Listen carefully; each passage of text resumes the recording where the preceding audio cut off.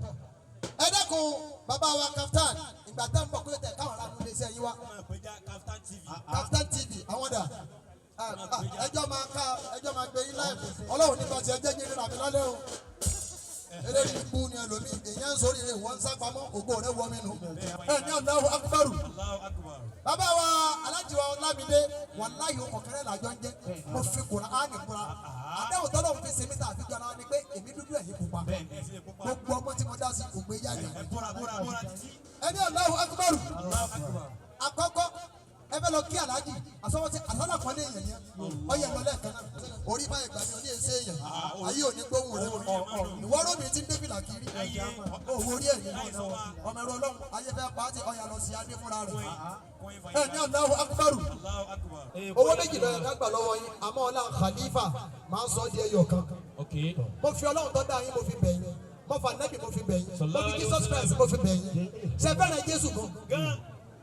ẹni wà láyé ẹni yà sí èmi ló máa fẹ́ yá pé yá máa fẹ́ kò jẹ́ kó máa bìrù ẹkùn wọ́n níní orí maládé ọwọ́ tí ń bẹ nínú àpótí fọwọ́n ajínra kábúrábú àsákìyà tó sákìyà wà bàbá wa tí ń bẹ lọ́rùn bájí mọ́sílẹ̀kùn ọjọ́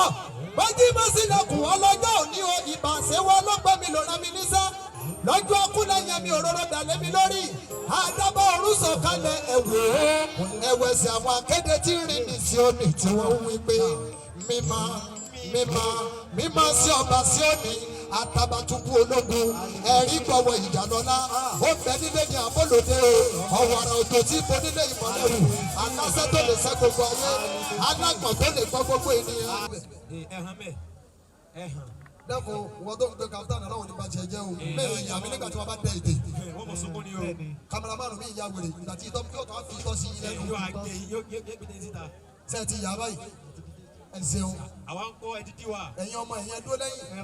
Àwọn náà ti dúró lẹ́yìn lánàá. Àbáríkà bàbá Mùdírù làwọn náà ń jẹ lónìí. Àtọ̀gá wa Ìmáàmù Àkíkí. Ọ̀gá wa Alhaji Muhammadu Bashiru Adangba. Ọ̀dà àwọn ọ̀gá wa lọ́lọ́sùwà Alhaji wa Wẹ̀lẹ̀.